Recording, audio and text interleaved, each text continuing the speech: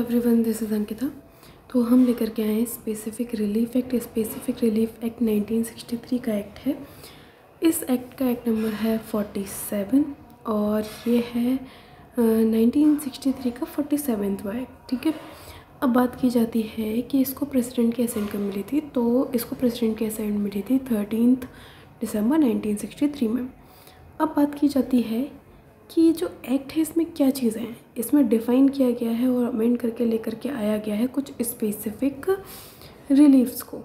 लेकिन इसमें स्पेसिफिकली कहा जा रहा है certain kind of specific relief, मतलब केवल कुछ, ये एग्जॉस्टिव नहीं है पूरा का पूरा, सारी चीज़ें इसमें इंक्लूड नहीं है। ठीक है, कुछ अदर लॉज में भी हैं, इसलिए इसको certain kinds of specific relief लिखा हुआ है इसमें।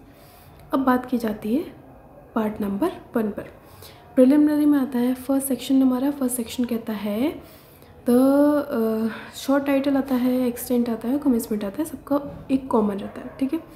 अब बात आती है कि इसकी पर्टिकुलर इस एक्ट का नाम क्या है। तो स्पेसिफिक रिलीफ एक्ट 1963 कहाँ कहाँ अप्लाई होता है, पूरे इंडिया पर अप्लाई होता है।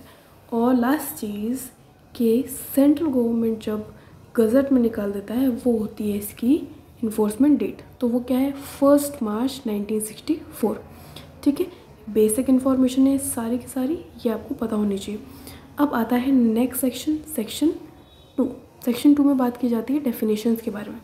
तो इसमें क्या कहा जा रहा है, देखिए, इन this act unless the context otherwise requires, इसमें फर्स्ट क्लॉज है ऑब्लिगेशन।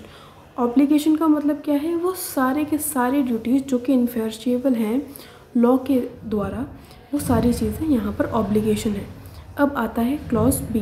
क्लॉज बी में सेटलमेंट के बारे में बात की जा रही है। सेटलमेंट मतलब एक ऐसा इंस्ट्रूमेंट जिससे वहाँ पर बताया जा रहा है कि पर्टिकुलर जो भी इंटरेस्ट है वहाँ पर, सक्सेसिव इंटरेस्ट है, वो इमूवेबल प्रॉपर्टी में हो सकता है, मूवेबल प्रॉपर्टी में हो सकता है, वो किस प्रकार से डिवॉल्व होगा, किस प्रकार से उसकी डेस्टिनेशन जाएगी।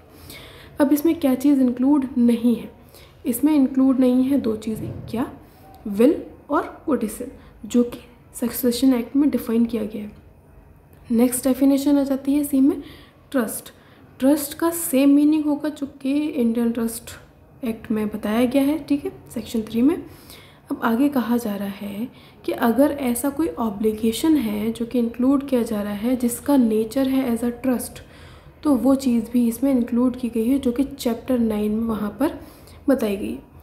नेक्स्ट डेफिनेशन है ट्रस्टी। ट्रस्टी कौन होता है, जो भी किसी बेनिफिशियरी के लिए प्रॉपर्टी होल्ड कर रहा है। ठीक है, तो ये हो गई सारी डेफिनेशंस। अब इसके बाद एक कंक्लूड करके लेकर के आते हैं हम ई, जिसमें कहा जा रहा है कि अगर ऐसा कोई वर्ड है या ऐसा कोई चीज़ है जो यहाँ पर डिफाइन नहीं करी गई है, उसकी डेफिनेशन हम लेंगे कॉन्ट्रैक्ट एक्ट से। इसके बाद आता है नेक्स्ट हमारा सेक्शन, सेक्शन 3। सेक्शन 3 में बात की जा रही है सेविंग्स के बारे में। सेविंग्स क्या है, सेविंग्स वो सारी चीज़ें जो कि एसआरए जिनको अफेक्ट नहीं करेगा, जिनको पहले ही सेव कर दिया गया।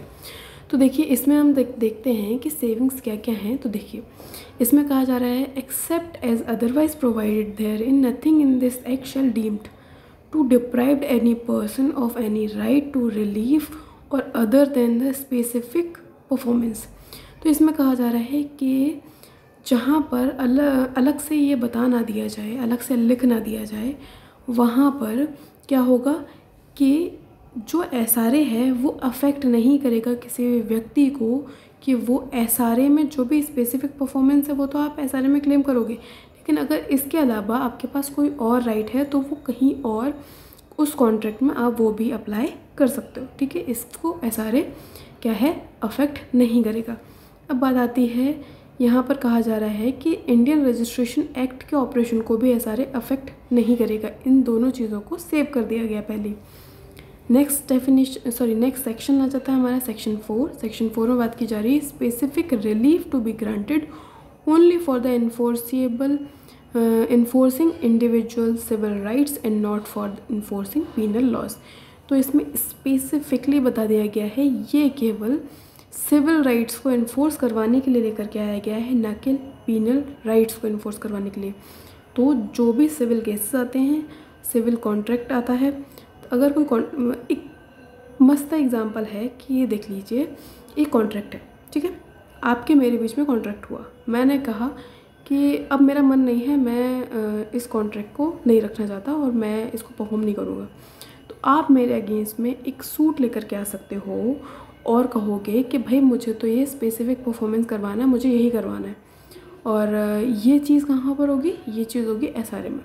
तो इसमें वही कहा जा रहा है कि आप एक इंडिविजुअल सिविल राइट्स को इन्फोर्स करवा सकते हो, ना कि पीनल लॉज को।